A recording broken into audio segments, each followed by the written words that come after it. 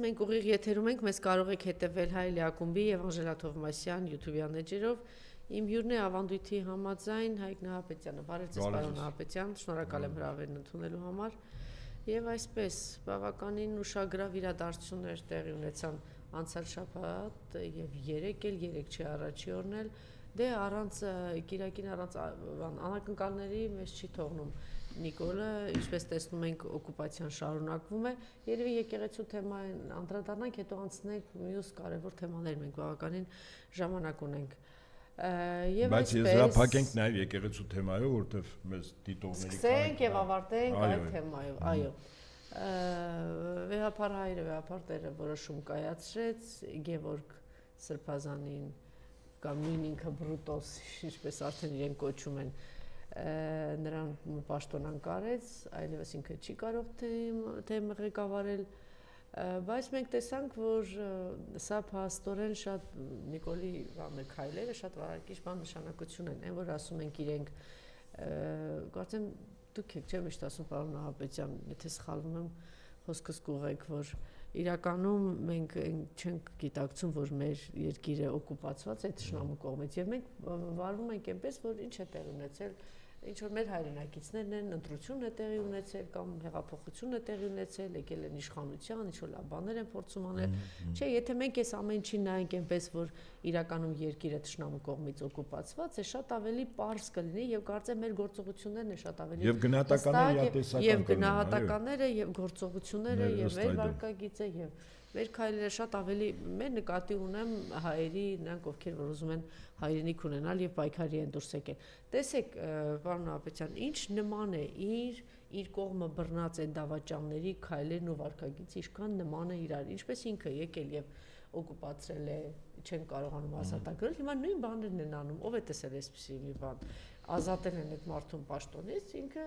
դուրս չի գալիս կամ մենք օհանավանում, գիտենք, չէ՞, քահանաները, կարգալույծ եղած քահանաներ են,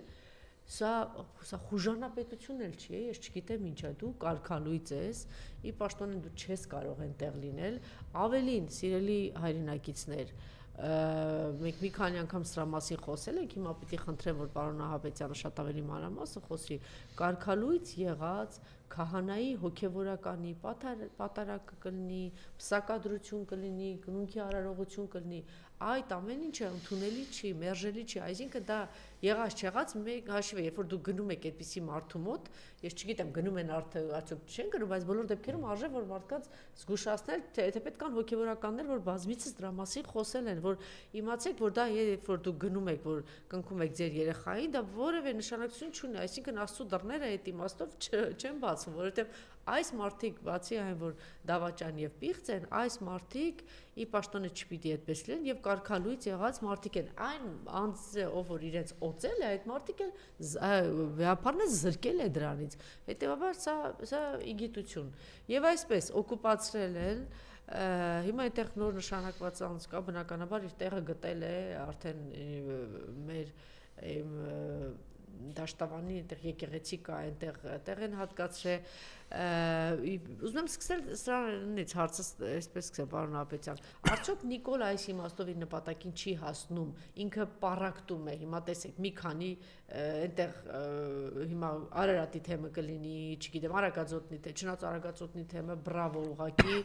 սա նաև խոսում է Սրբազանի մասին, որ այդ ինչպիսի թեմ է, որ այսպես ինչ հավատարմությամբ ուղղակի հիացմունք իրենց բոլորը չէ մի մարդու նման այդպես կանգնած են եւ աջակցում են իրենց Սրբազանին եւ ամուր են պահում իրենց եկեղեցու դռները այնպես որ բրավո իրենց արդյոք իր նպատակին չի հասել Նիկոլ այսպես կարողացել է մասնատել ինքն է գնում է միտեղ կանգնում է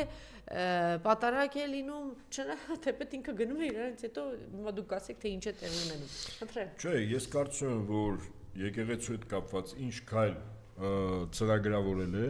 Փաշինյանի տերերը նախ տեղում ինքը բոլորը ձախողվել է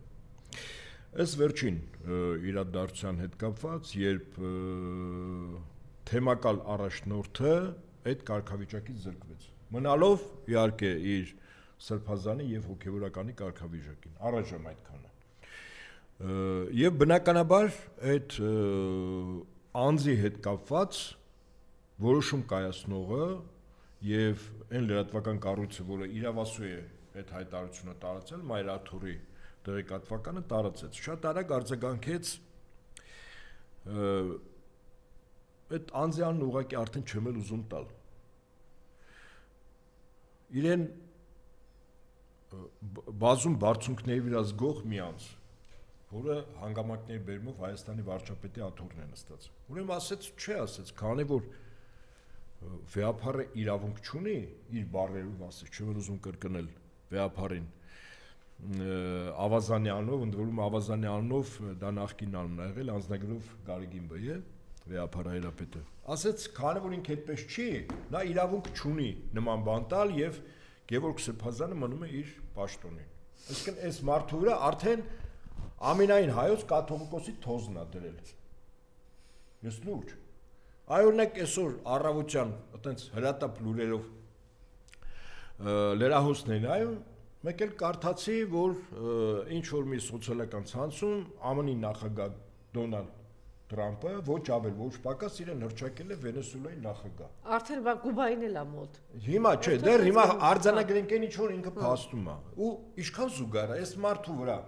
Ուրեմն սրա վրա բազմաթիվ փոշիներ են դրել կամ եթե մասնագիտական լեզվով ասել, բազմաթիվ, այսպես չէ, ինքը ռեալ նեյրոլինգվիստիկ ծրագրավորման ներքո է սկսած Մոսես Մարգարեից, ուշադրություն դարձեք, դա 18 թիվ, երբ Գավազանով իր կողքի Արայիկ Հարությունյանը հрьяաների ամենակարևոր տոնի, Զատկի տոնի կամ Փեսախի նույն օրը, որը շարժական օրը, շարժում է Գյումրիից,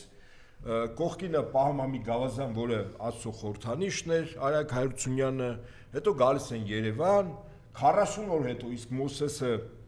իր ժողովրդին տանում է անապատ, իրականում այնտեղ սերունդ ծնվի, որը այլոց կառավարման ներքո չի եւ 40 տարի հետո ավետյաց երկիր ուժով պետք է վերցնել 40 օրը պատական չի մայիսի 8 ու 40-րդ օրն է երբ իրան իշխանություն հա այսպես տրվեց այն ժամանակ Մոսես Մարգարե հետո մի քանի ամիս հետո գնաց Իրան Սպահանում հայ համայնքի հանդիպան ժամանակ ամբիոնից ասում է մենք թույլ չենք տա ես մոտապես բառացի չեմ ասում բայց իմաստը հաստատ է դա մենք թույլ չենք տա որ կրկին անգամ Պապ Թագավորին այսպես սպանեն ինքը իրեն Պապ Թագավորի տեղը չէ Պապ Թագավորը պատական չի այն ինչ որ ինքը անում է ենթագիտակցորեն իբր Պապ Թագավորը որը եկեղեցու դեմ կաթողիկոսների դեմ պայքարել մղում երկու նախարարստոն սրի քաշեց մեկին տղամարդկանց կոտորեց մյուսին էլ իր բանակին հրամայեց կանանց մանկահասակ երեխաներից մինչև տարեսկանից բռնաբարեն լինելով ալվամոլ լինելով հիվանդագին երևակայությամբ շատ մեծամիտ փառասեր զուգահեռները ակնհայտ է Պապ Թագավորից հետո այս նեյրոլինգվիստիկ ծրագրավորման մասնագետները հիմա Փաշինյանին այլ ուրեմն կերպարի մեջ դնեցնեն այս պահին Փաշինյանը մտածա առնվազն Երևացող 2 եւ 3-րդ կերպարի հետ էլ աշխատում։ Ուրեմն առաջին ուշադրություն դարձեք, այն հակ ու կապը, որ ինքը ունի, ես մեզ լսողներին հորդորում եմ, նայեք 1933 թվականին Իտալիայում իշխանության եկած մի լրագրող Դուչեն, Մուսոլինին։ Գլխարկը, թիկնոցը, այդ շարֆը, որը իտալացի ժողովրդին միավորեց, որպեսզի հռոմեական կայսրության երբեմնի փառքը վերականգնի։ Նացիզմը Գերմանիայում ծնվել է շատ ավելի ուշ։ Իրենց մոտ ֆաշիզմն է ծնվել, ֆաշոն ընկել է նշանակում եւ Մուսոլինին դրա գաղափարախոսն էր։ Հիմա իր հակ ու կապը ինքը աշճանաբար մոտենում է Մուսոլինիին։ Այսինքն Փաշինյան Նիկոլ ասելով դե հասկանալ դու չէ, հակիրճ։ Բայց կա խորքային առումով երկրորդ կերպարը, որտեղ ինքը դրա մասին չի բացատրում, բայց իր գործողությունները տրամաբանորեն բերում են դրան։ Դա ուրեմն թուրքերի հայրն է։ Մուստաֆա Քեմալ, որը հետո կոչվեց Քեմալ Աթաթուրք, Աթաթուրք նշանակում է թուրքերի հայր։ Ինչով է նմանացվում։ Քեմալ Աթաթուրքը Օսմանյան կայսրության մայրամուտին ստեղծեց նոր Թուրքիա, վերա ֆորմատավորեց այդ տարածքում ապրող թուրք էթնոսի լինելությունը, որտեղ Օսմանյան կայսրության ժամանակ թուրքը այդպես իշխող տեսակ չէր։ Ավելին, կրեպտո հույներ կային, կրեպտո հայեր կային, որոնց նախնիկ բյուզանդական կայսրության ժամանակ ապրել են եւ շատ ոլորտներում այդ թվում եւ տնտեսության եւ բանակի թուրքերը չէին իշխում։ Հաշվի առնելով իրենց գենետիկորեն խիստ չհակված լինելը գիտությունների, կրթության եւ այլն, բացի վայրագությունից ուրիշ բան չկար։ Եվ իսկապես ասենք մինչև 15 թվականը Թուրքիայում տնտեսությունը հիմնականում հայերի, հրեաների, հույների ձեռքն էին, թուրք հասկացություն չկար։ Եվ հիմա ինքը ենթագիտակցորեն կամ իրեն արդեն ներարկել են այդ նեյրոլինգվիստիկ ծրագրարումը կատարում են հատուկ ծառայությունները։ Ուրեմն նկարագիրը մարդու ինչպիսին որ լինի, Նիկոլ Փաշինյանը 101%-ով համընկնում է այն նկարագրին, որի նկատմամբ պետք է եւ կարող են դյուրին կերպով ծրագրավորել։ Մարդ, որը փառասեր է, հիվանդագին առումով փառասեր, մեծամիտ, անսխալական, սա կոնկրետ հայտանիշներ է, երբեք ներողություն չի խնդրում, երբեք մեղքի զգացողություն չունի, կարմիր գծեր չունի, այս կարգի մարդիկ այդ հատուկ ծառայությունների համար գտած են։ Ասեմ ձեզ, որ ես Նիկոլի հետ կոնկրետ Պապ Թագավորի իմ գնահատման Պապ Թագավորի կերպարի մեջ մտցնելը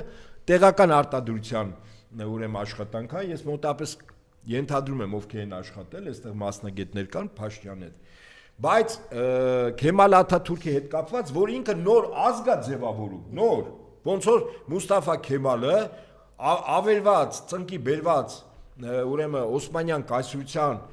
ավերակների վրա ստեղծեց պետություն եւ թուրք էթնոսով, դա շատ կարեւոր է։ Թուրք էթնոսը դարձավ որպես